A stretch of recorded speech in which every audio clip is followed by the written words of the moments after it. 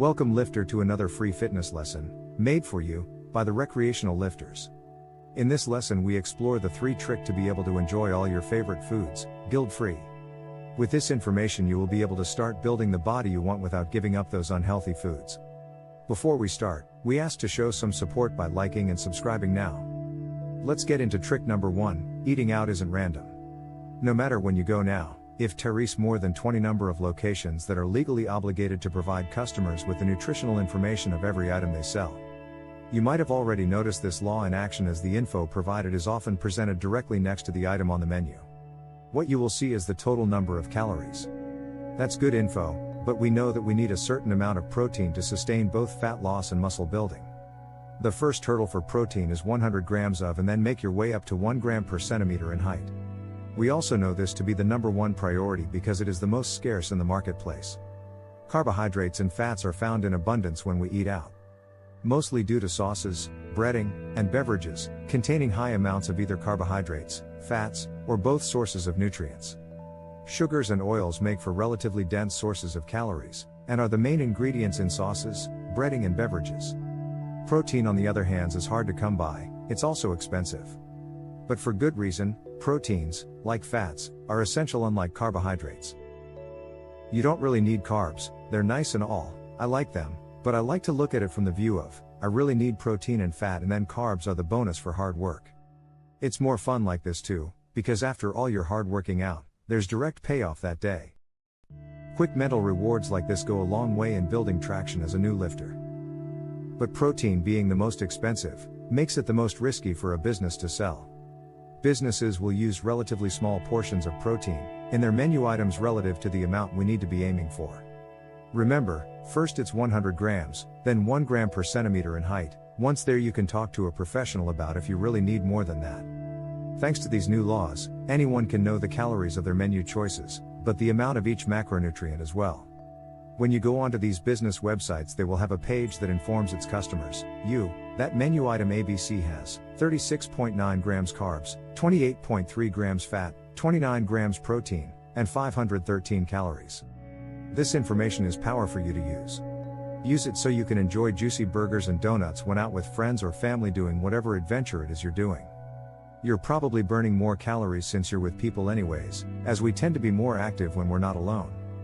Just know that what makes it the best menu choice is that you like it, and it has a lot of protein. Regardless, knowing the cost of protein and businesses looking for profit margin, you'll want to stack in some extra protein later. Maybe jerky, a protein shake, or just a high protein, low carb/fat meal since you already had plenty of those. Logging nutrition is the only scientific way to go at this. And thinking you need to radically remove behaviors instantly isn't going to help either. Just remember junk food is a lot of calories and that's fine, but it's low on protein, which isn't fine without taking extra action. Trick number 2 is make the switch before you ditch anything. As we just talked about sauces, breading, and beverages, packing on a lot of fast calories, there's another factor to this that make enjoying these foods easier. That is to switch common ingredients like corn syrup, maltodextrin, and sugar, for whole food alternatives like honey. If you've seen maltodextrin on labels before but don't know what it is, it's a thickening agent, used in processed foods, beauty products and supplements. It's made from starches like rice and potato but doesn't serve a real purpose to you. But it does for the business, and the texture of products, which we tend to be choosy about when picking a product over a competitor. The benefit to swapping from common ingredients to whole food-based ingredients has many benefits, but the main is they tend to be less macronutrient dense, meaning you can eat more for less calories. They also tend to be much denser in micronutrients that are essential for the use of macronutrients. This means we have the micronutrient resources for more efficient burning of the energy/calories we ate. Clean burn equals happy and efficient energy. The real junk of junk food isn't that it's breaded, has sauce or accompanied by a delicious drink, that's fine. Everything in moderation. But when we ditch micronutrients for convenience, our body pushes back with symptoms like low energy and digestive issues. It's a 2-for-1 deal. When you switch the calorie-dense ingredients for the whole food alternatives, you instantly get to eat more food while digesting less calories. You also get to provide more resources to fuel clean calorie burning, so you also instantly get to have more energy. You even get a bonus factor with this trick. When you make the switch for something like French fries to baked fries, you can retain a part of you that you might have thought was inherently wrong. You see, most of the time the ingredients found in the foods we eat are simply have a low micronutrient density and low protein content because they are valuable. Everything valuable is more expensive, and that really cuts into a business's margin. Frozen food is the worst culprit of this. They're 1, not cheap, 2, not tasty, 3, small, and 4, literally void of micronutrients. That's why you don't feel energized after eat it like you do when you have a nice plate of eggs and toast with avocado. Forget ditching and just focus on making the switch whenever possible. This last trick is less a trick and more just a cold hard fact. The last trick is called the Pareto principle. And before we tell you what it is, it's important to know it works both ways.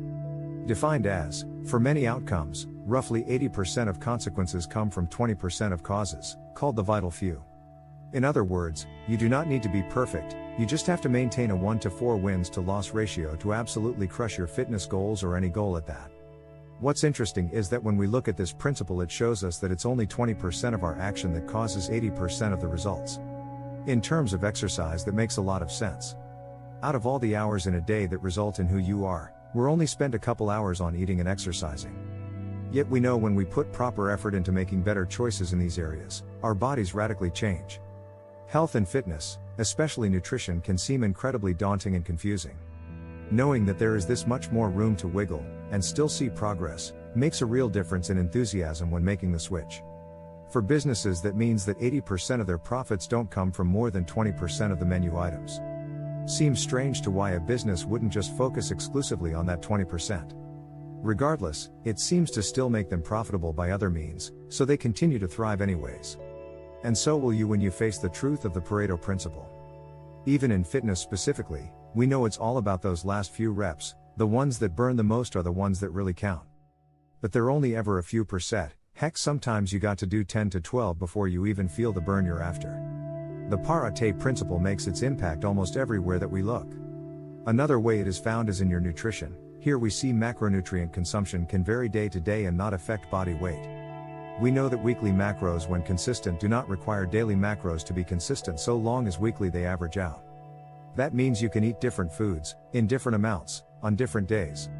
And you will be fine. No, you do not need to eat the same portion, of the same ingredients, every day to win here.